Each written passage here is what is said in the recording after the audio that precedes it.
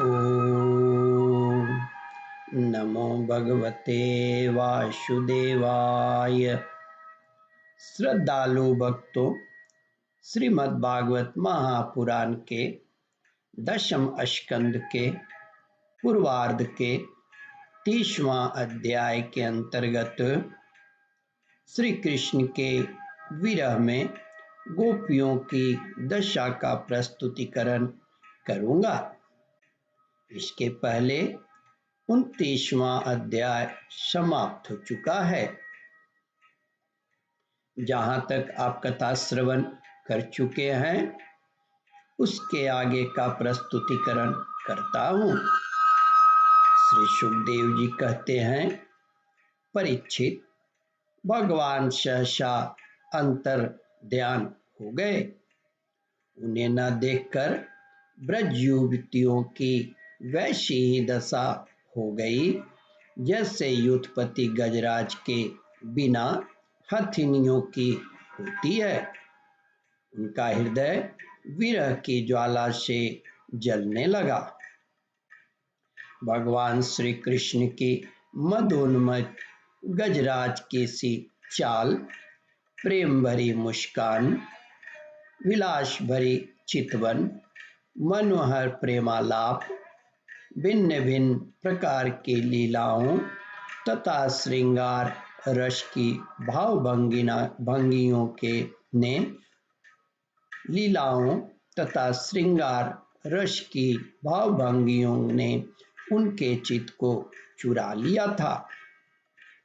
वे प्रेम की मत वाली गोपियां श्री कृष्ण में हो गईं और फिर श्री कृष्ण की विभिन्न चेष्टाओं का अनुकरण करने लगी।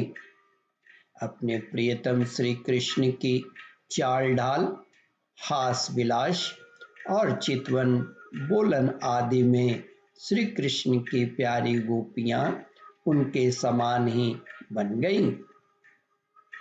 उनका शरीर में भी वही गति मति, वही भंगी उतर आई। वे अपने को सर्वथा भूलकर श्री कृष्ण स्वरूप हो गई और उन्हीं के लीला विलास का अनुकरण करती हुई मैं श्री कृष्ण की, मैं कृष्ण ही हूँ, इस प्रकार कहने लगी। वे सब परस्पर मिलकर ऊंचे स्वर से उन्हीं के गुणों का गान करने लगी और मतवाली होकर एक वन से दूसरे वन में, एक झाड़ी से दूसरे झाड़ी में जा जाकर श्री कृष्ण को ढूंढने लगी। परीक्षित, भगवान श्री कृष्ण कहीं दूर थोड़े ही गए थे। वे तो समस्त जड़ चेतन पदार्थों में तथा उनके बाहर भी आकाश के समान एक रस स्थिति हैं। वे वहीं थे, उन्हीं में थे, परंतु उन्हें न देखकर गोपियां वनस्पतियों से, पेड़ पौधों से उनका पता पूछने लगी। गोपियों ने पहले बड़े वृक्षों से जाकर पूछा, हे पीपल, पाकर और बरगद, नंद नंदन श्याम सुंदर अपनी प्रेम भरी मुस्कान और चितवन से हमारा मन चुराकर चले गए हैं। क्या तुम लोगों ने उन्हें देखा है?